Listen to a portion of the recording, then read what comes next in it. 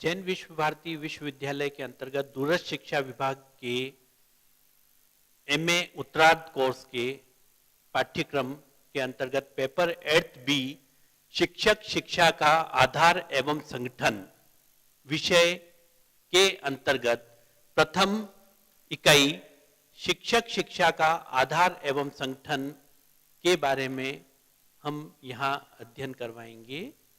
मैं डॉक्टर मनीष भटनागर, शिक्षा विभाग, जैन विश्व भारती विश्वविद्यालय लाडनू में कार्यरत हूँ। शिक्षा जन्म से मृत्यु पर्यंत चलने वाली प्रक्रिया है और अध्यापक को इसी शिक्षा प्रक्रिया का एक सूत्रधार माना जाता है। अध्यापक ही बालक को परिवार के पश्चात प्रमुख रूप से जीवन निर्माण की दिशा, व्यक्तित्व निर्माण, ज्ञान, संस्कृति, अवबोध, कौशल, जीवन जीने की कला, रुचि, अभिवृत्ति, संस्कार, कर्म, भक्ति एवं मोक्ष तक की अवस्थाओं का ज्ञान देने में सक्षम होता है। अतः यह आवश्यक है कि जीवन के हर पल में एक योग्य शिक्षक जो अपने विद्यार्थियों के सर्वांगीण विकास के लिए स्वयं को विकसित कर सके और विद्यार्थियों का विकास कर सके, हर महाविद्यालय, विश्वविद्यालय एवं शिक्षण संस्थान में उपलब्ध हो सके। इसी उपलब्धता को सुनिश्चित करने के लिए यह अत्यंत आवश्यक है कि भावी शिक्षकों के लिए एक आधारभूत शिक्षक शिक्षा का कार्यक्रम आयोजित किया जाए।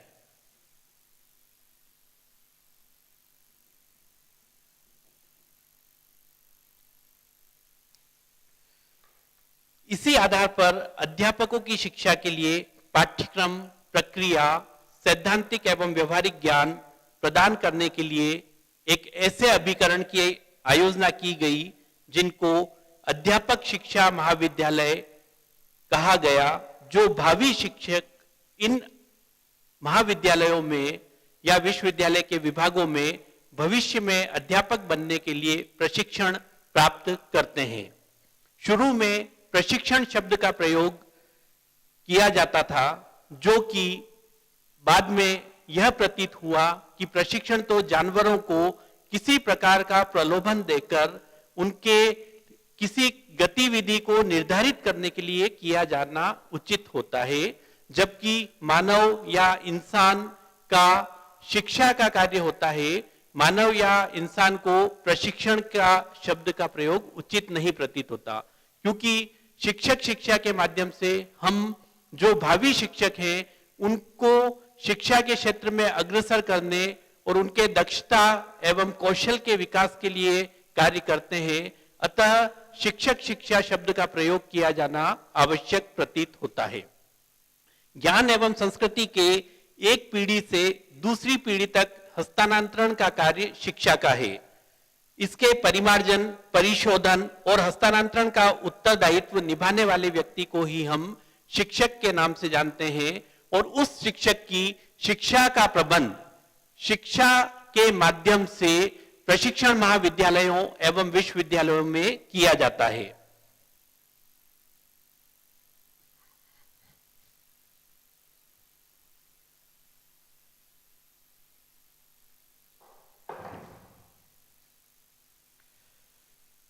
आदिकाल से चली आ रही शिक्षा प्रक्रिया में न जाने कितने गुरुओं को जन्म लेना पड़ा और न जाने कितनी प्रणालियों से गुजरते हुए शिक्षा, शिक्षक एवं ज्ञान ग्रहण करने वाले विद्यार्थियों के रूप में जाने गए। ज्ञान और संस्कृति के साथ अपना जुड़ाव, इसके परिमार्जन, परिशोधन एवं हस्तांतरण के सहभागी बने। शिक्षा की इस लगातार चलती हुई प्रक्रिया में शिक्षक शिक्षार्थी के मध्य जो कुछ भी आदान प्रदान, क्रियाओं का समन्वय, विरोध एवं सुधार तथा परिवर्तन करने वाली प्रक्रिया को शिक्षण प्रक्रिया कहा जाता है। शिक्षक के कहीं आगे जाकर विद्यार्थी एक सृजन करने में स्वयं को समर्थ पाता है और शिक्षक स्वयं को शिक्षार्थी की तरह महसूस करते हुए ज्ञान, विचार एवं कार्यों का पुनः अवलोकन करता है। शिक्षा में जीवन मूल्य, संस्कृति तथा परंपराओं के परिप्रेक्ष्य में ही योग्यताओं का आकलन करने का प्रयत्न किया जाता है। कम समय में अधिक और गुणात्मक उत्पाद। यहां उत्पाद से तात्पर्य हमारा विद्यार्थियों से है, जो विद्यार्थी भविष्य में जाकर समाज में एक शिक्षक के रूप में अपना योगदान प्रदान करेंगे। उत्पाद जो विद्यार्थी हैं उनकी कुशलता, दक्षता और मानवीय संवेदनाओं को विकसित करने के लिए प्रशिक्षण अत्यंत आवश्यक हो जाता है। शिक्षक प्रशिक्षण के स्थान पर शिक्षक शिक्षा पद का प्रयोग करना तभी आवश्यक माना जाता है और सार्थक होता है जबकि शिक्षण मात्र सूचना प्रदान करना न रहे, वरन मानव चरित्र, व्यवहार, आदत, विभिन्नताओं आदि से परिचय तथा तादात्म्य की प्राप्ति उनके लिए अनिवार्य हो जाती है। शिक्षक प्रशिक्षण के स्थान पर शिक्षक शिक्षा ग्रहण करना आधुनिक अध्यापक के लिए अनिवार्य बन गया है। यहां हमारे पास दो मुख्य चीज आ रही है, एक शिक्षक प्रशिक्षण और दूसरा शिक्षक शिक्षा।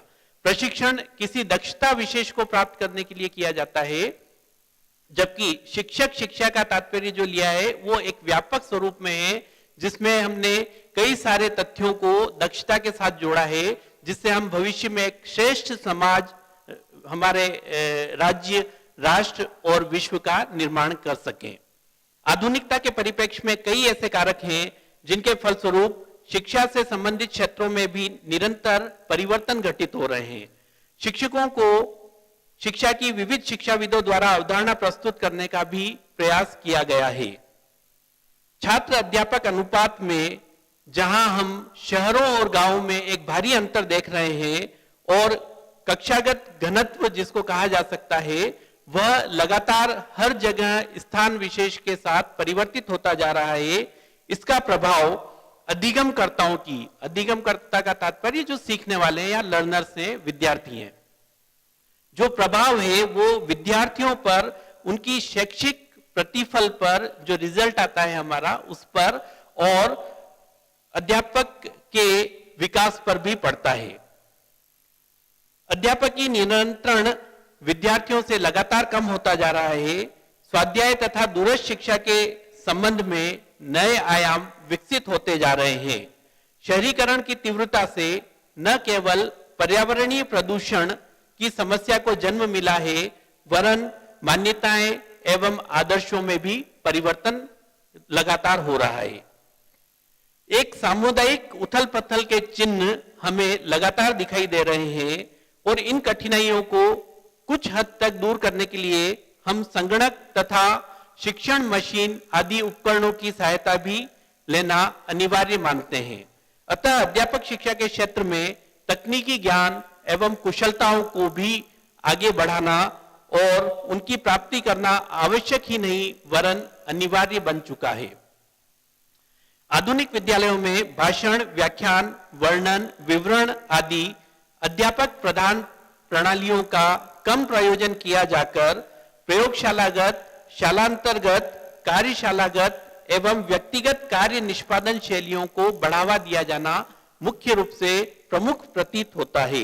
पठन पाठन के केंद्र शैक्षिक संस्थान अपने अनुदेशनात्मक संसाधन और सामुदायिक उन्नयन के केंद्रों के रूप में कार्य करके सक्षम बनाए गए हैं, जिससे वे आगे चलकर विभिन्न विद्यालयों में नवीन तकनीकी और ज्ञान का समावेश करके शिक्षक शिक्षा के क्षेत्र में एक उत्कृष्टता और नवीनता को प्रदान कर सकें।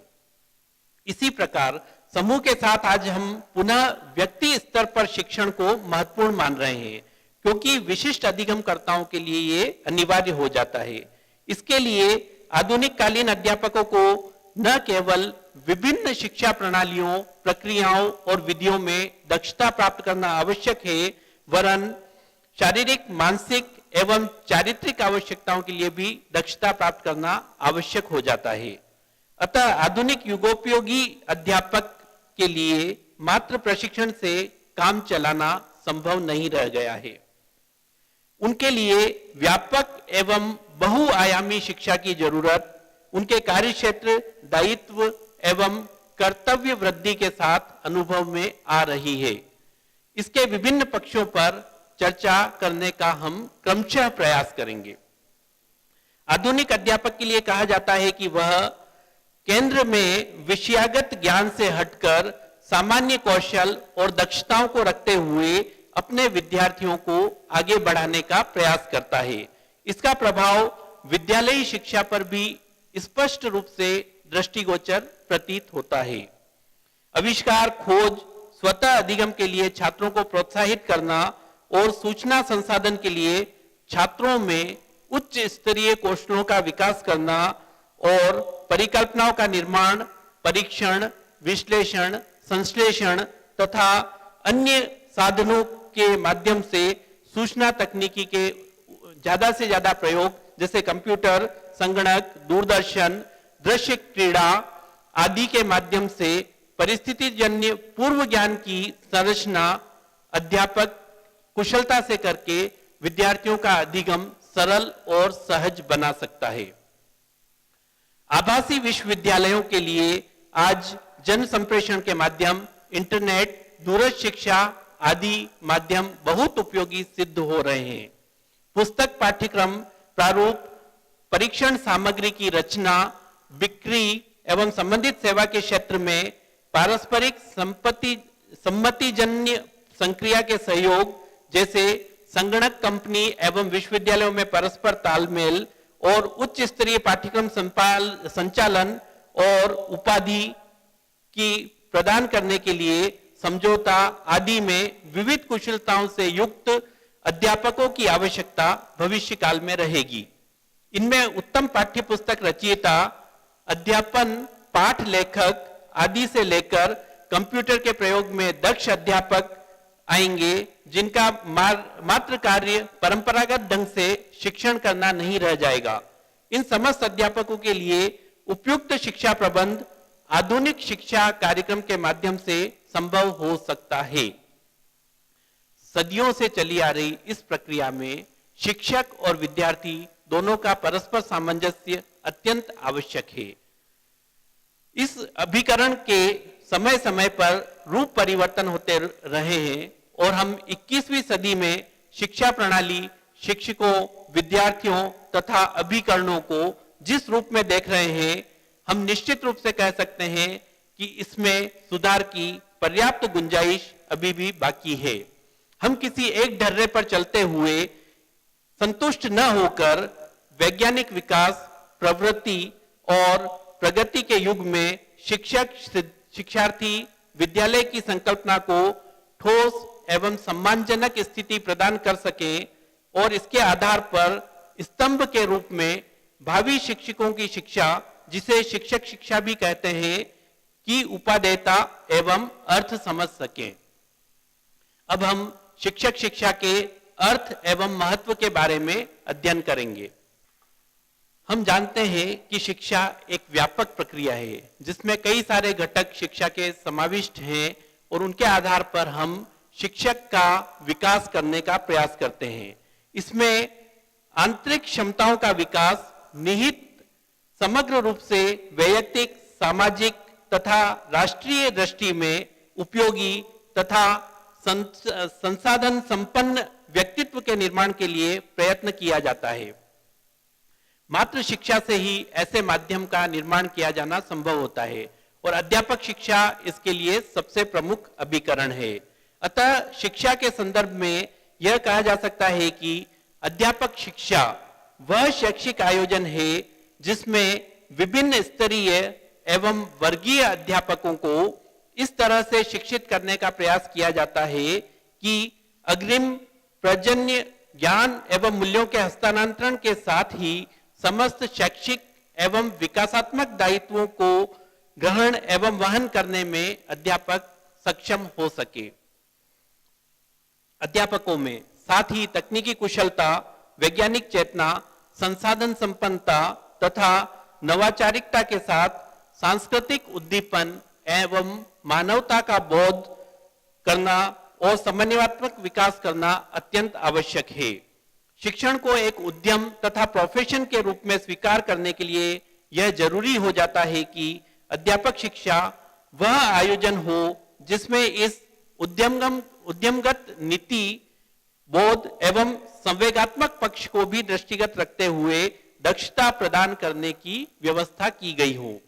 इस हेतु सामाजिक, सांस्कृतिक, नैतिक एवं चारित्रिक समस्त मर्यादाओं के साथ राष्ट्रीय प्रजातांत्रिक मूल्यों का विकसित करने के लिए सफल प्रयास करना इस आयोजन का लक्ष्य होना चाहिए। इस प्रकार अध्यापक शिक्षा मात्र एक कार्यक्रम नहीं वरन ऐसा मिशन है जिसका आयोजन राष्ट्रीय संदर्भ में आधुनिक एवं परिवर्तनशील शिक्षकों की भूमिका निर्वहन के लिए दक्षता एवं कुशलता प्राप्त व्यक्तियों को तैयार करना है। संक्षेप में कहा जा सकता है कि अध्यापक शिक्षा अध्यापकों के लिए शिक्षा का आयोजन है। इस आयोजन के मुख्य महत्व निम्न प्रकार हैं। शिक्षा को सामाजिक आवश्यकताओं की पूर्ति के लिए आगे बढ़ाना और उसमें शिक्षा का योगदान अध्यापकों के माध्यम से समाज में फैलाना। आधुनिक अध्यापक शिक्षा कार्यक्रम के पर्याप्त तन्मयता एवं लचीलापन होने की आवश्यकता शुरू से रही है, क्योंकि सामाजिक और सांस्कृतिक परिदृश्य में लगातार परिवर्तन आ रहा है। अतः शिक्षा का और इसकी नवाचारिक प्रवृत्ति का महत्व भी वर्तमान समय में अत्यधिक हो गया है। आधुनिक अध्यापक शिक्षा कार्यक्रम की सहायता से अंतः अभिप्रेरणा युक्त अध्यापकों की तैयारी संभव है। अतः इसका महत्व आज और भी अधिक बढ़ गया है। अंतः अभिप्रेरणा से विद्यार्थी स्वयं आगे बढ़कर अपने आप को योग्य तथा दक्ष शिक्षक के रूप में सामने लाने का प्रयास कर सकते हैं। सेवा पूर्व प्रशिक्षण और सेवारत प्रशिक्षण भी अंतः प्रेरणा युक्त अधिगम के लिए अत्यंत आवश्यक माने गए हैं और प्रोन्नति, प्रगति, प्रतिभा प्रदर्शन के लिए उपयुक्त अवसर का शिक्षक व्यवसाय में सर्वथा अभाव है। अतः उत्तम शैक्षिक प्रतिभा युक्त व्यक्ति प्रायः अध्यापन का क्षेत्र दूर से ही परित्याग कर देते हैं। वर्तमान में स्थिति थोड़ी परिवर्तित हुई है। पहले कुछ समय तक जिस व्यक्ति को कहीं भी किसी भी प्रकार का दक्षतागत कार्य नहीं मिलता था तो वो अध्यापन व्यवसाय को अपना लेता था। आधुनिक अध्यापक शिक्षा के अनेकानेक स्तर एवं स्वरूप होने के कारण इसका महत्व अधिक हो गया है। व्यवसायिक विषय, हस्तकला, गृह विज्ञान, काष्ठकला, संगीत आदि के साथ ही तकनीकी विषय विशिष्ट छात्रों के लिए अध्यापकों की तैयारी का माध्यम आधुनिक अध्यापक शिक्षा ही है। इस व्यापकता के कारण आज अध्यापक शिक्षा का महत्व अत्यधिक बढ़ गया है। साथ ही प्राथमिक से लेकर पूर्व प्राथमिक और उच्च शिक्षा के क्षेत्र में भी आज अध्यापक शिक्षा का क्रमशः विकास होता जा रहा है। आधुनिक परिप्रेक्ष्य में अध्यापक शिक्षा एक ऐसा माध्यम बन चुका है जिसकी सहायता से विद्यालय शिक्षा का संबंधीकरण उच्च शिक्षा के साथ किया जा सकता है। भावी अध्यापकों के सामाजिकीकरण की दिशा में सहयोगी शिक्षण अभ्यास विद्यालय अध्यापकों का मार्गदर्शन एवं सहयोग परिणामोन्मुख साबित हो रहा है। इसके लिए अध्यापक शिक्षा संस्थाओं को समन्वयक और सहसंबंध स्थापक की भूमिका को अपनाने के लिए प्रयास करना होगा। क्रमशः इसके परिणाम स्वरूप शिक्षा और समाज के मध्य जो दूरी प्रायः चर्चित रूप में स्वीकृत है उसे भी कम करना संभव हो सकता है। दोनों शिक्षा और समाज एक दूसरे के पूरक के रूप में कार्य कर सके, यह आवश्यक है। इस प्रकार हम विभिन्न दृष्टिकोण पर विचार करते हुए आधुनिक अध्यापक शिक्षा को एक महत्वपूर्ण आयोजन के रूप में प्रतिष्ठित और सुव्यवस्थित सुस्थापित कर पाते हैं। अध्यापक शिक्षा और प्रशिक्षण में अंतर आपको मैं स्पष्ट कर चुका हूं। आप इसको दूरस्थ शिक्षा की पुस्तक से पढ़ सकते हैं। शिक्षक प्रशिक्षण के अंतर्गत जहां नीतिगत संदर्भ तथा आचरण के मानदंडों को कम महत्व दिया जाता था और सामाजिक पक्ष की उपेक्षा होती थी, वहीं अध्यापक शिक्षा के शुभारंभ के परिणाम स्वरूप इन सभी आयामों को अधिक महत्व देना प्रारंभ हुआ है। कार्यकुशलता, दक्षता, संप्रेषणगत योग्यता, उद्यमगत श्रेष्ठता की स्थापना आदि के लिए प्रशिक्षणार्थी की आवश्यकता को यद्यपि आज भी अस्वीकृत नहीं किया जा सकता है। मानवीय एवं वातावरण संबंधी पक्षों के विकास के लिए शिक्षा का स्थान अत्यंत आवश्यक है और उत्तरदायित्व की भावना, कर्तव्यपरायणता, कार्यकुशलता और प्रशिक्षण को इनके साथ जोड़ने का प्रयास किया जाना आवश्यक है। इस प्रकार शिक्षक प्रशिक्षण का स्वरूप अत्यंत व्यापक हो जाता है। मानवीय मूल्यों के संवर्धन के अभाव में प्रशिक्षण द्वारा कृत्रिमता और यांत्रिकता को हम बढ़ावा देते हैं और इसके लिए हम आजादी के पूर्व अध्यापक प्रशिक्षण शब्द ही काम में लेते थे, परंतु आजादी के उपरांत इस संकुचित संकल्पना को विस्तृत करते हुए हमने प्रशिक्षण के स्थान पर अध्यापक शिक्षा का काम लिया है, इस शब्द को काम में लिया है और इसके स्वरूप में भी काफी अंतर आया है। यही एकमात्र कारण है कि आज बदली हुई परिस्थिति में शिक्षक प्रशिक्षण के दायरे को बढ़ाते हुए हमें अध्यापक शिक्षा की संकल्पना को काम में लेना और व्यापक रूप प्रदान करना अनिवार्य हो गया है, अपरिहार्य हो गया है। शिक्षक रूपी मानव अभियांत्रिकी को प्रस्तुत करने के लिए, एक उद्यमी का स्वरूप प्रदान करने के लिए, संबंधित नीतिगत चेतना को विकसित करने के लिए अध्यापक शिक्षा के व्यापक स्वरूप को हम किसी भी स्तर पर अस्वीकृत नहीं कर सकते हैं। शिक्षण के अंतर्गत हम विद्यार्थियों को नवीन ज्ञान को देने और उस ज्ञान के जीवन में समाज एवं राष्ट्र के विकास में उपयोग करना सिखाने के लिए एक आयोजना करते हैं, जिसके माध्यम से विद्यार्थियों के सर्वांगीण विकास के लिए विविध गतिविधियों का संचालन किया जाता है। जबकि अनुसंधान में हम पुनः शिक्षा के क्षेत्र में देखते हुए कुछ कमियां, कुछ नवीनताएं, कुछ जिज्ञासाएं, कुछ तकनीकी संसाधनों का प्रयोग करके और उनके प्रभाव को विद्यार्थियों के ऊपर, शिक्षक के ऊपर और विद्यालयी वातावरण के ऊपर सामाजिक एवं राष्ट्रीय संकल्पनाओं के आधार पर विकसित करने का प्रयास करते हैं और एक नई दिशा शिक्षक शिक्षा के क्षेत्र में प्राप्त करते हैं। जबकि प्रसार के माध्यम से हम प्राप्त की गई चीजों को पूरे समाज, राष्ट्र और विकास और विश्व में फैलाने का प्रयास करते हैं। अध्यापक शिक्षा एक ऐसा आयोजन है जिससे हम न सिर्फ विद्यार्थियों में सामाजिक, राष्ट्रीय एवं वैश्विक चेतना का विकास करते हैं, वरन उन्हें भविष्य में एक अच्छे नागरिक, श्रेष्ठ नागरिक बनने के लिए प्रेरित करते हैं और उनके माध्यम से सभी निकायों को स्पष्ट दिशा प्रदान करने का प्रयास करते हैं। अतः यह आवश्यक हो जाता है कि शिक्षा के विभिन्न स्तरों पर हम शिक्षक शिक्षा के लिए विभिन्न प्रकार के उद्देश्यों का निर्धारण ठीक प्रकार करें। शिक्षक की शिक्षा को छोड़कर किसी भी स्तर पर विद्यार्थियों को आगे नहीं बढ़ा सकते हैं। राष्ट्रीय अध्यापक शिक्षा परिषद द्वारा कुछ सामान्य उद्देश्य निर्धारित किए गए हैं। जो प्रमुख हैं वह हैं भारतीय संविधान में निर्दिष्ट लक्ष्यों तथा मूल्यों को विकसित करने के लिए क्षमता का उन्नयन करना, अध्यापक को आधुनिकीकरण एवं सामाजिक परिवर्तन के लिए माध्यम या अभिकरण के रूप में कार्य करने के योग्य बनाना, सामाजिक जुड़ाव, अलगाव, अंतर्राष्ट्रीय अवबोध, मानवाधिकार एवं बाल अधिकार की रक्षा तथा उन्नयन के लिए समाज की एकता को दृष्टिगत रखते हुए अध्यापकों को सक्षम बनाना, निर्धारित कार्यों को संपन्न करने के लिए भावी शिक्षकों को दक्ष करना, नवीन अवधारणाओं के प्रति अध्यापक एवं शिक्षकों को सक्षम बनाना तथा पर्यावरण, पारिस्थितिकी, जनसंख्या, लिंग अनुपात,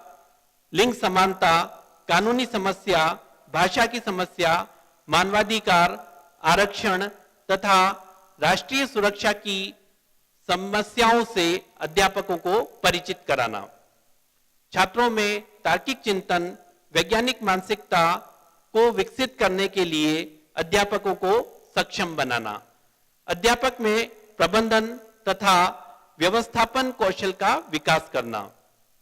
शिक्षक एक अच्छा संप्रेषणकर्ता होना चाहिए जिससे ठीक उसी प्रारूप में विषय वस्तुओं को अपने विद्यार्थियों को दे सके जिस रूप में वो अपना उद्देश्य लेके चल रहा है और समाज और राष्ट्र विकास में एक महत्वपूर्ण योगदान खुद का भी और अपने जो विद्यार्थी हैं उनका भी प्रदान कर सके और विद्यार्थियों के संपर्क में आने वाले अभिभावकों, साथियों तथा समाज के व्यक्तियों को भी समाज एवं राष्ट्र के विकास के लिए अग्रसर कर सके। हम प्राथमिक शिक्षा, पूर्व प्राथमिक स्तर पर सबसे पहले उद्देश्य को लेते हैं, जिसमें बच्चों का शारीरिक विकास की प्रक्रिया चल रही होती है। अतः शिक्षक को आवश्यक है कि वो शारीरिक, मानसिक, नैतिक, सौंदर्य अनुभूति परक एवं भाषागत विकास के लिए अध्यापकों को तैयार करे।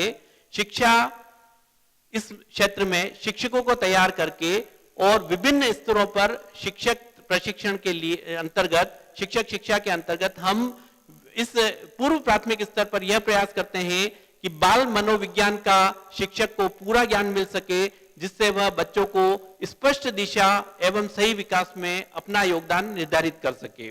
भावी अध्यापकों को सामाजिक संवेदनशीलता और बच्चों के प्रति स्नेह, श्रद्धा की भावना को विकसित करना चाहिए। पूर्व प्राथमिक स्तर पर विभिन्न बच्चों के लिए वैयक्तिक विभिन्नताओं को दृष्टिगत रखते हुए उनके लिए उपयोगी संसाधनों का निर्णय चयन कर सके और उनकी संकल्पना, आत्म वृद्धि और अन्वेषण की प्रवृत्ति, अनुभव आधारित एवं क्रिया आधारित ज्ञान प्रदान करने के लिए अध्यापकों को तैयार कर सके। स्थानीय संसाधन के साथ ज्ञान को जोड़ते हुए विद्यार्थियों को ज्ञान प्रदान करने की क्षमता विकसित कर सके। प्राथमिक स्तर पर इस अवस्था में बच्चे थोड़ा सा अपना ज्ञान, भाषाई ज्ञान सुधार लेते हैं। उस दृष्टिकोण से यह उद्देश्य अत्यंत महत्वपूर्ण है कि प्राथमिक स्तर पे क्या परिवर्तन आए। हालांकि मनोविज्ञान का ज्ञान हम विभिन्न स्तरों पे देखते हैं, तो हर स्तर पर होना आवश्यक है। समाज की संकल्पना को भी हम बच्चों में प्राथमिक, पूर्व प्राथमिक स्तर से ही और उच्च शिक्षा और शिक्षक शिक्षा के स्तर तक भी लेने का प्रयास करते हैं। बाल मनोविज्ञान के साथ विकासात्मक प्रक्रिया एवं अधिगम के प्रमुख घटकों के बारे में जानकारी अध्यापकों के लिए आवश्यक होती है। विविध विषयों के औपचारिक और अनौपचारिक ढंग से अधिगम के लिए, शिक्षण के लिए अधिगम संबंधित अनुभवों, कुशलताओं की संरचना और कुशलताओं को विकसित करने के लिए अध्यापकों का प्रशिक्षण भी जरूरी हो जाता है। इस स्तर पर बच्चों में कार्य संपादन एवं क्रियात्मकता की भावना ज्यादा होती है और वो हर छोटे कार्य को बड़े रुचिपूर्वक ढंग से, उत्साहपूर्वक ढंग से करके अपने शिक्षक को बताने का प्रयास करते हैं। तो शिक्षक उनको हतोत्साहित न करे, आगे बढ़ाने का प्रयास करे, उनको सकारात्मक प्रेरणा प्रदान करे।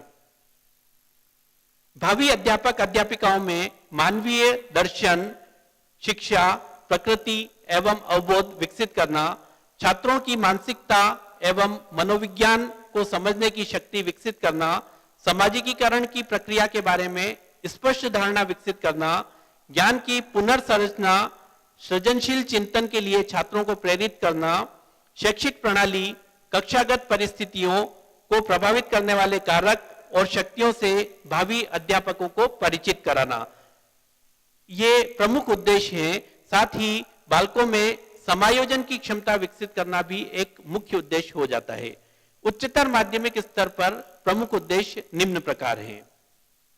विद्यार्थियों को उसकी योग्यता और क्षमताओं के अनुसार विषय चयन करने के लिए प्रेरित करना, क्योंकि उच्चतर माध्यमिक स्तर पर विद्यार्थियों में जो सामान्य गुण है उनका विकास हो चुका होता है और हमारी संकल्पना यह रहती है कि हम विद्यार्थियों को कला, विज्ञान, वाणिज्य या व्यावसायिक शिक्षा के संबंध में उसकी दक्षताओं को देखते हुए कुछ गाइडेंस, निर्देशन प्रदान कर सके, जिससे वह अपने जीवन की सही दिशा को प्राप्त कर सके। शैक्षिक धाराओं, प्रकृति, उद्देश्य एवं दर्शन के प्रति भावी शिक्षकों में अवबोध उत्पन्न करना, जिसके माध्यम से शिक्षक अपने विद्यार्थियों को ठीक प्रकार से आगे सर्वांगीण विकास की संकल्पना में ले जाने में सक्षम हो सके। अध्यापक छात्रों को क्रिया आधारित ज्ञान प्रदान करे, जिससे विद्यार्थियों में सृजनात्मक एवं आलोचनात्मक चिंतन की प्रवृत्ति का विकास हो सके। छात्र ज्ञान एवं अनुभव पर आधारित होकर विषय वस्तु को व्यवहारिक रूप से छात्रों के सहयोग प्रदान कर भावनात्मक तथा सांस्कृतिक दृष्टिकोण से भी मजबूत बनाने का प्रयास कर सके। विद्यार्थी को पूर्ण व्यक्तित्व के रूप में विकसित करना भी उच्चतर माध्यमिक स्तर पर शिक्षार्थी के लिए आवश्यक है। शिक्षार्थी से तात्पर्य उन अध्यापक शिक्षार्थियों से है, प्रशिक्षणार्थियों से है, जो शिक्षक शिक्षा महाविद्यालय में अपना प्रशिक्षण कार्य पूरा कर रहे हैं और मानवीय दक्षताओं को अर्जित करते हुए शिक्षक शिक्षा को आगे बढ़ाने के लिए प्रेरित हैं और भविष्य में शिक्षक बनकर समाज में परिवर्तन लाने के लिए कृत संकल्प हैं। अध्यापक शिक्षा के स्नातक तथा स्नातकोत्तर स्तर पर उद्देश्य के बारे में अब हम बात करेंगे। शिक्षण कार्य में अध्यापक दक्ष हो सके, इस हेतु दर्शन, मनोविज्ञान, भाषा, तकनीकी के नवीनतम ज्ञान की जानकारी भावी अध्यापकों को प्रदान करना। पाठ्य वस्तु विश्लेषण में अध्यापक सक्षम हो, इसके लिए उन्हें तैयार करना। छात्रों की वैयक्तिक विभिन्नताओं को ध्यान में रखते हुए उन्हें आगे बढ़ने के लिए प्रेरित करना।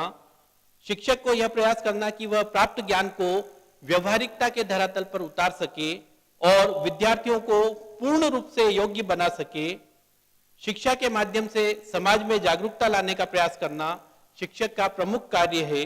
शिक्षक शिक्षा द्वारा शिक्षक को सामाजिक समस्याओं के प्रति जागरूकता उत्पन्न करने के साथ समाधान के लिए भी प्रेरित किया जाना आवश्यक होता है। और वर्तमान समय में सूचना के अधिकार की पालना, विश्व में शांति स्थापना, ऊर्जा एवं भौतिक संसाधनों का समान वितरण, राष्ट्रीय प्रभुसत्ता को बनाए रखने और सांस्कृतिक समन्वय, तकनीकी विकास के अनुरूप जीवन में परिवर्तन लाने के लिए देश काल परिस्थिति के अनुरूप न सिर्फ स्वयं को तैयार कर सके वरन विद्यार्थियों में भी परिवर्तन ला सके, इस हेतु शिक्षक को तैयार करना अत्यंत आवश्यक है। अतः शिक्षक शिक्षा के माध्यम से शिक्षकों को न सिर्फ मानसिक वरन भावनात्मक एवं पारस्परिक समन्वय हेतु शिक्षक शिक्षा के माध्यम से विशेष प्रयास करने की आवश्यकता होती है। ऐतिहासिक दृष्टि से पृष्ठभूमि का विभाजन हम निम्न रूप में कर सकते हैं: प्राचीन काल, बौद्ध काल, मध्यकाल एवं आधुनिक काल, जिसमें हम ब्रिटिश काल लेते हैं। इसको दो भागों में बांटा है। एक तो स्वतंत्रता से पूर्व का काल जो इंडिपेंडेंस से पहले का काल है और दूसरा इंडिपेंडेंस के बाद का काल। आज की कक्षा में हम ऐतिहासिक काल के बारे में भारतीय संदर्भ में इसको देख रहे हैं। शिक्षक शिक्षा प्राचीन काल में वैदिक कालीन संस्कृति से ही चली आ रही है, जिसमें गुरु अपने शिष्यों को आश्रम व्यवस्था के अंतर्गत नगर से दूर जहां समाज के लोग रहते थे उनसे अलग हटके और कार्य विशेष में विभिन्न गुणों के विकास करने के लिए दक्ष करता था। आश्रम व्यवस्था के अंतर्गत गुरु ही योग्य शिष्य का निर्धारण करता था एवं योग्यतम शिक्षकों को चयन करने के लिए स्वतंत्र होता था। कालांतर में जब यह परिस्थिति परिवर्तित हुई तो गुरु ने अपनी संतानों को या अपनी जाति वालों को ही शिक्षा देने का कार्य करना प्रारंभ किया। तो पहले जो कर्म पर आधारित व्यवस्थाएं थी, जिसमें शिक्षक को कर्म के आधार पर जाना जाता था और ब्राह्मण वर्ग की संज्ञा दी जाती थी, कुछ कतिपय गलतियों की वजह से वे ब्राह्मण अपने समाज और जाति तक ही सीमित रह गए और कर्म के स्थान पर जन्म के आधार पर उन्होंने शिक्षा की संकल्पना को फैलाने का कार्य किया तथा अन्य लोगों को बाधित करने के लिए उन्होंने सारे शिक्षा के माध्यम संस्कृत में ही रखे और ज्ञान विशेष को अपने लोगों तक ही सीमित रखा। वेद प्रमुख रूप से अध्ययन कराए जाते थे, जिनमें चारों वेदों का अध्ययन होता था और उसी के आधार पर जातिवाद आगे फैलता गया। जैसे जिसने 2 वेद पढ़े वो द्विवेदी, जिसने 4 वेद पढ़े वो चतुर्वेदी आदि संज्ञाएं प्रदान की जाने लगी और गुरु अपने ही शिष्यों को छोड़कर, योग्य शिष्यों को छोड़कर अपने ही पुत्रों और वंश के व्यक्तियों को आगे बढ़ाने का प्रयास करने लगा। इसके पश्चात जब बौद्ध काल आया तब उसमें बौद्ध धर्म ने शिक्षा को थोड़ा परिवर्तन किया और वैदिक और ब्राह्मणवाद की संस्कृति के खिलाफ ही बौद्ध धर्म का जन्म हुआ था। उस वजह से उन्होंने शिक्षा को नगर के बाहर, गांव के बिल्कुल बॉर्डर पे उन्होंने शिक्षा को ले आए और बौद्ध मठ, भिक्षु विहार आदि स्थापित हुए, जिसके माध्यम से उन्होंने शिक्षा को एक विकास दिया और शिक्षा के द्वार सबके लिए खोलने का कार्य किया। कालांतर में यही बौद्ध मठ जो थे बड़े विकसित हो गए थे और इनमें योग्यतम व्यक्तियों को भिक्षुओं द्वारा ही निर्धारित किया जाता था और उन्हें भिक्षु की दीक्षा प्रदान की जाती थी। इस प्रकार शिक्षा का कार्य क्षेत्र परिवर्तित हुआ और योग्यता को वापस मूल्यांकन करके आगे ले जाने का कार्य प्रारंभ हुआ। परंतु इसमें भी कुछ गतिरोध उत्पन्न हुए और बौद्ध भिक्षु भिक्षुणियों के कुछ चारित्रिक पतन के कारण इन संस्थाओं का नाम धीरे धीरे लोगों के समाज से ध्यान से हटने लगा। और उसके बाद जब मुगल काल आया तब मुगल काल में इन विद्यालयों को जो बौद्ध धर्म वालों ने नगर के बाहर किसी स्थान पर मठ के रूप में स्थापित किए थे, शिक्षा अपने गांव के अंदर देना प्रारंभ कर दिया। तो हम देखते हैं कि वैदिक काल में शिक्षा जो बिल्कुल नगर के एकदम दूर जंगलों में आश्रम व्यवस्था में पाई जाती थी, बौद्ध धर्म उसको मठ या उनके बौद्ध स्थानों के अंतर्गत ले आए और नगर के पास विकसित करने का प्रयास किया। जबकि मुगल काल में शिक्षा पूरी तरह से राजा महाराजाओं के अधीन योग्य व्यक्तियों, धनाढ्य व्यक्तियों के अंतर्गत आ गई थी और उन्होंने गांव के अंदर ही शिक्षा को, संकल्पना को फैलाने का प्रयास किया।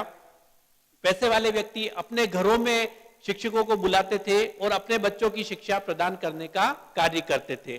तो शिक्षा एक तरह से अमीरी गरीबी का फर्क जो था वो मुगल काल में आना प्रारंभ हुआ और वो आज भी हम देख सकते हैं। यह परिवर्तन, यह अंतर आज भी हमको स्पष्ट दृष्टिगोचर होता है। मध्यकाल में औपचारिक तौर पर शिक्षा के लिए विशेष प्रबंध नहीं किया गया था और इसे आवश्यक समझा गया था, क्योंकि अरब देशों से विद्वानों को बुलाकर मदरसों में नियुक्ति देना अधिक सरल माना जाता था। मदरसे वह स्थान थे जहां पर मुगल काल में हम विद्यार्थियों को शिक्षा देने का प्रयास करते थे। पूर्वकालीन अग्र शिष्य प्रणाली को इस काल में विशेष महत्व नहीं दिया गया, क्योंकि शिक्षा का सीमांकन मात्र धर्म के प्रचार प्रसार तक ही सीमित कर दिया था।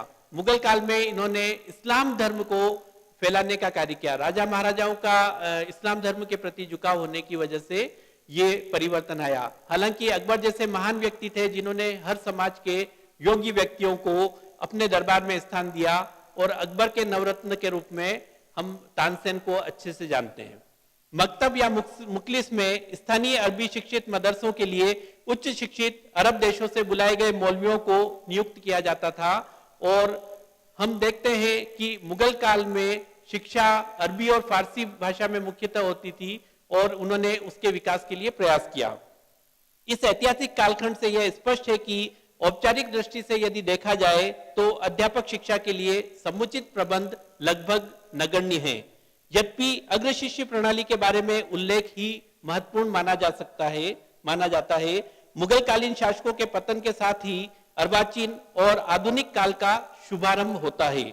भारतीय समाज में उस समय सामाजिक, राजनीतिक, आर्थिक संदर्भ में काफी उथल पुथल मची हुई थी। फिर भी अकबर के शासनकाल में हमने जो शिक्षाविदों को और योग्य व्यक्तियों को सम्मान दिया, उससे जाहिर होता है कि विद्या विशेष में निपुण व्यक्तियों को पूर्ण सम्मान प्राप्त होता था। कल हम ब्रिटिश शासन में स्वतंत्रता के पूर्व और स्वतंत्रता के पश्चात क्या परिवर्तन हमने देखे हैं भारतीय संदर्भ में, उसका अध्ययन करेंगे। ब्रिटिश शासन में अध्यापक शिक्षा ब्रिटिश काल में ब्रिटिशर्स के अधीन और स्वतंत्रता के पश्चात जो हमने परिवर्तन देखे हैं उसके बारे में अध्ययन करेंगे।